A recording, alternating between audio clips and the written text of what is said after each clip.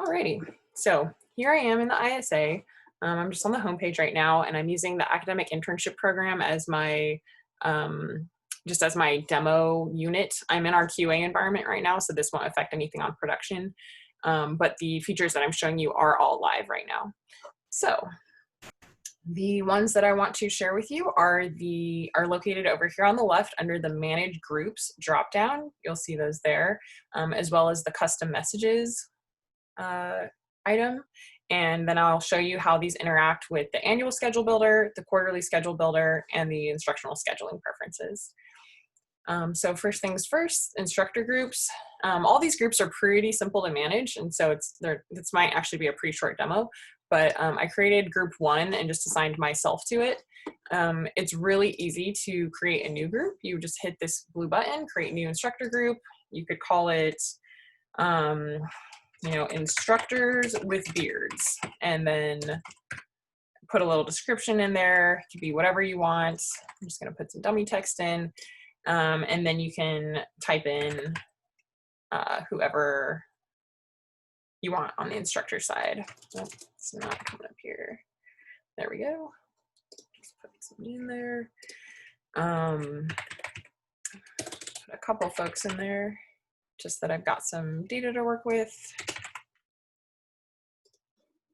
And I'll save that group. So pretty simple. You can switch back and forth between your groups. You can add more people if you thought of somebody that you need to put in there that you didn't put in before, so you can change it. Or you can delete the group. You can remove people one by one, or you can search. So if you have a group that gets pretty big and you're trying to figure out if you've added that person, you can always search there and it'll show you what you've got. So that is instructor groups. Course groups works in much the same way. I started this one that just has one course in it. If you created a new course group, I'll call this one AIP 97 and 197. And then you can just go here. You can hold down Shift if you want to select multiple and send them over. If you want to send the whole group over, you would hit the double arrow, or you can send the whole group back in a similar way. Or say you added these 3 and then we're like, whoops, I didn't want to add this one. You can send that one back. So you can add one by one or in batch. And in the same way, you can search at the top of each side to see what courses are included, or to do kind of an easy one there and put a description in so that you remember why you made this group. So now we've got a couple groups to work with on the instructor and on the course side. I'll pause now to show you how those show up on the annual and the quarterly schedule builder. So up here at the top, we have our control panel that normally exists here. Now you'll see it's got a course group filter, so that if you selected those groups, now it'll shorten it and you'll just see those groups when you click on the buttons. On the instructor side, similar. We've got group 1, we've got the group I just created, but those instructors aren't assigned here, so they are not showing up. And we also have these 2 at the top that are default and will always show. No instructor is for classes with no instructor assigned. So if you added a class like so, but there was nobody added to it and you hit that one, it would filter on that parameter. Unknown instructor is the feature that we have that allows you to add a staff placeholder instructor. So if you have a class that has staff assigned, you can filter on that as well. And it works just the same on the QSB. It's up there at the top. You've got your course group filter and your instructor group filter. How this might work for your unit is that we've heard various reports that units have either 2 different people, one who manages undergrad and another who manages grad, or one who manages the biostatistics program and another one who does data science, something like that. So if you have multiple people scheduling in your department who are responsible for different types of classes, this would be a really good way for you to segment your instructors and your courses by those denominations and be able to just work with the classes that you're responsible for when you're working within the ISA. Now I'm going to show you TimeBlocks. This is specifically for interacting with the instructor scheduling preferences. And so if you haven't used that feature before, it is a feature that allows you to send notifications to your faculty about what classes they are scheduled to teach and gives them options for their time slots. The way that it's been in the past is that the time slots are just totally open-ended and instructors can submit, any day or time that they want. We're now giving you the ability to constrain what you are asking them to give you. So if you create this first time block, let's just call it time block 1. And again, you can put a description in there.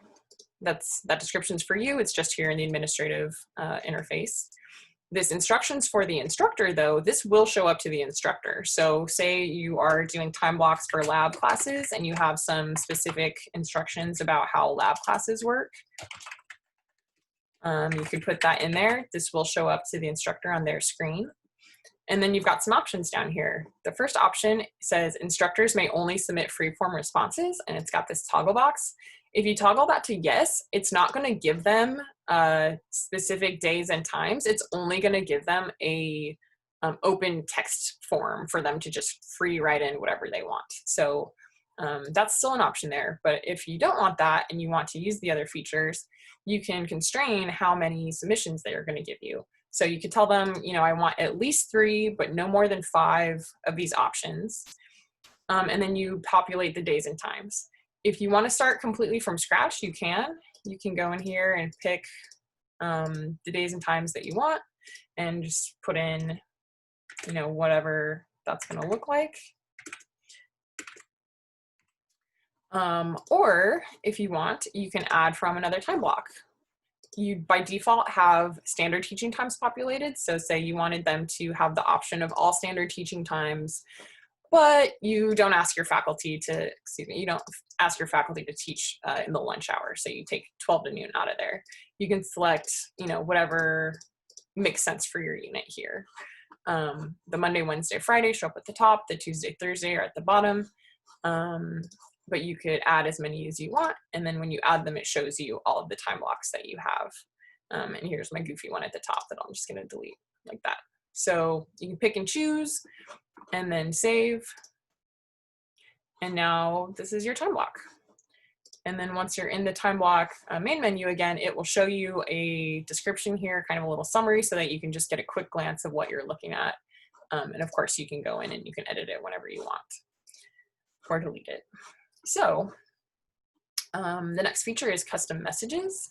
It kind of works in a similar way to the instructors and course groups. You would just add a new one, put in whatever you want, and save it. And now these 4 items that we've just set up will all interact in a really awesome way in the instructional scheduling preferences. So let's see. Oh, I don't know why.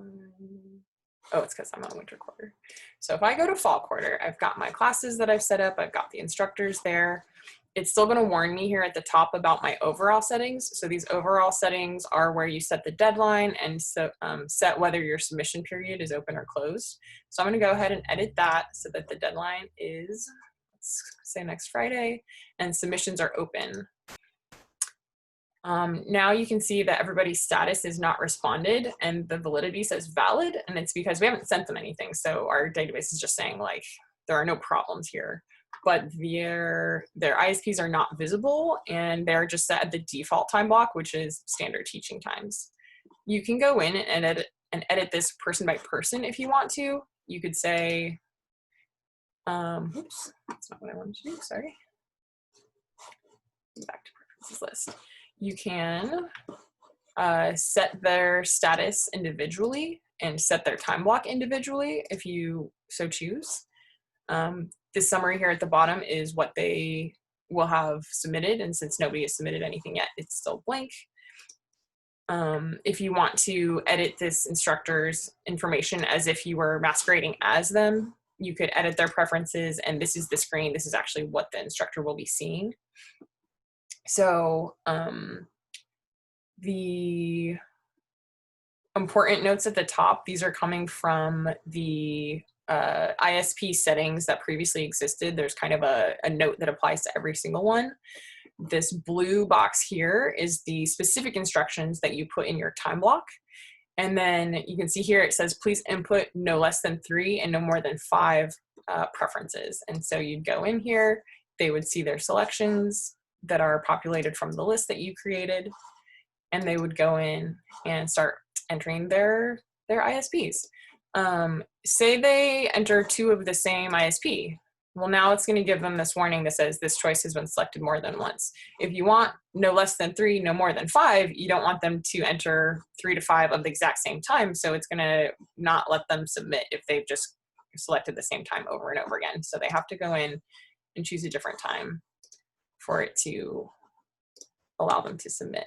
So I'll just select another one. The general scheduling note is still there. As I mentioned, if you toggle that selection on the time block, these daytime preferences would disappear and the general scheduling note would just remain.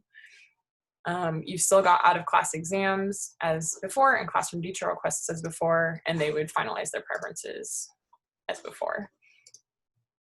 So that's the first one. And then it's telling you that it's valid, it's telling you that it's visible. If I were to say, oh, oops, I made a mistake, I don't want them to use time block 1, I need to use a different time block, which I'll create here real quick. And say it's going to be standard teaching times from summer.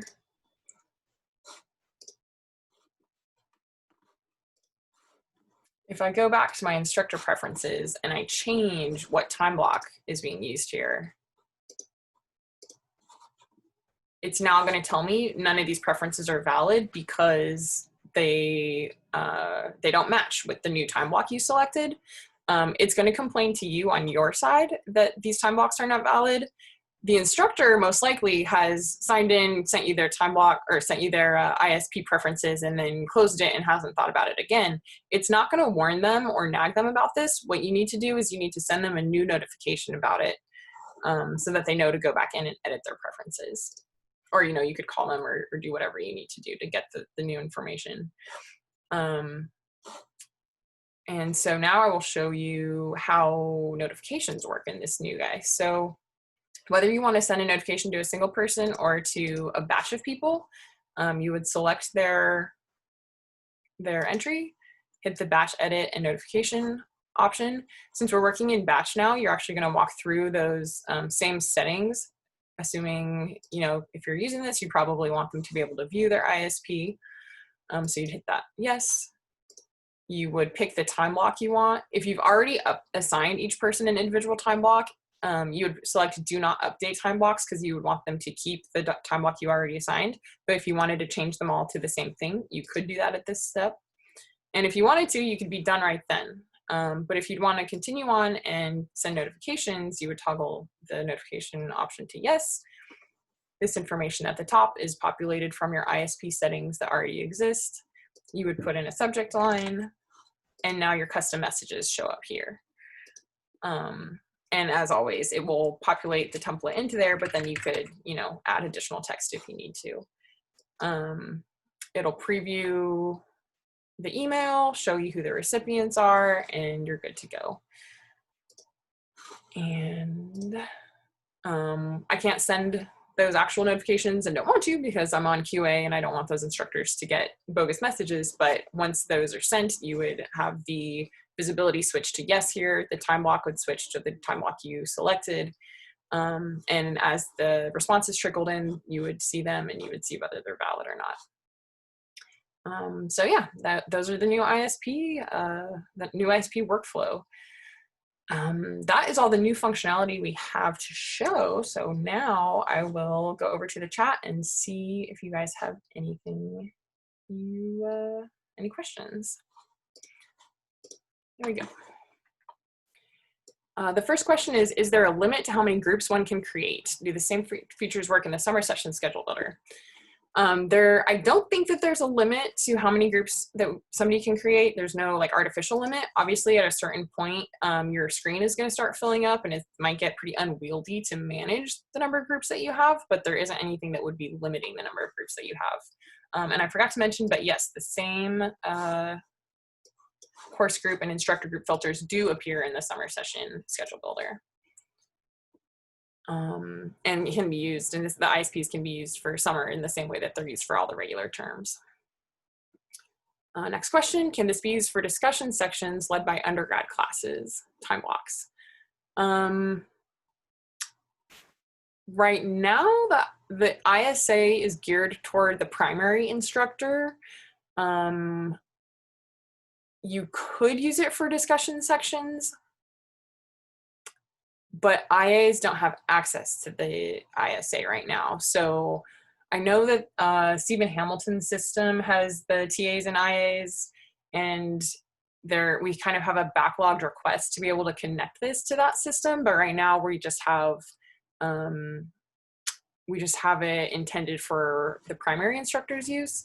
On your instructor list, the way that this is being pulled in right now is through PPS, and the parameters are basically, if you are an employee with a valid PID, you will show up in this list. So people like grad students or employees who are alumni will show up in this list, and it's not very precise.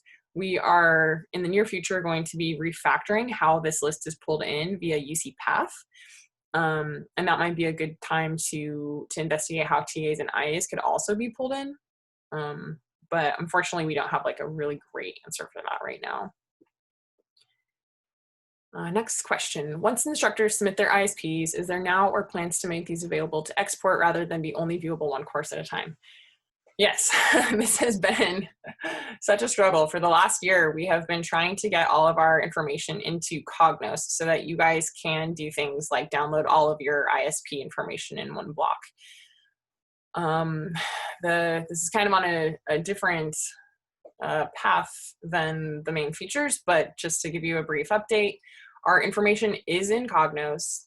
It should be available so that you would be able to do that. However, Cognos does not have very fine-grained permissions that are not incredibly manual and tedious to update. And so we kind of were given the option to either make everybody's ISPs available for any unit to see, or to shut it down and not let them do that. And since ISPs often contain sensitive information related to personal situations, at this point, we've decided not to open it up to everybody, but we are adding our voices to a coalition of others on campus who are running into similar problems and trying to figure out how we can make Cognos useful in the way that information remains private to a specific unit. So it's basically group management. And there are active conversations going on right now at the campus, at the higher campus levels, about how to get Cognos permissions to work for fine-grained groups. So I'm sorry, we've seriously been working on it for a year, and it's so frustrating to me that I can't just make this available to you guys, but we don't want to, reveal sensitive information in a way that would not be ethical or legal. So, yeah. So next question. Will there be instructions with screenshots of these new processes posted somewhere? Yes, the main ISA work group is working right now to revamp and overhaul all of our training materials. A lot of the materials are out of date since we've refactored and things work a little bit different and look a little bit different now. We are, for about the last year, we've been using the ITS service desk as our ticketing system, and they have a new feature that they've recently made available called the knowledge base, which is basically a customer service portal. And so we are in the middle of working through the ITS rules and politics to make our content available via their knowledge base portal. So it's in progress. The short-term fix right now is for me to post this as a YouTube video, but there will be more robust training coming in the near future. Next question, is it possible to message faculty or groups without being specifically tied to the scheduling preferences? As, for example, if I want to message all my summer instructors regarding remote instruction and this is not related to their scheduling preferences. There isn't just a general messaging system right now. It's tied to either instructor scheduling preferences or teaching acknowledgements. So yeah, they would like the email that gets generated has the link to their ISPs in it. And so if you wanted to, you could send a message, but it would definitely still have the link to their ISP in it. Next question, am I able to contact faculty in other departments to get their ISPs? Yes, you can. You can, your instructor list will only show instructors who are assigned to your own unit. However, you can assign any instructor from any unit to any of your classes. And so when you're sending the ISPs, it would be sending to anybody who is assigned to one of your classes. Alrighty. And I think that might be the last question.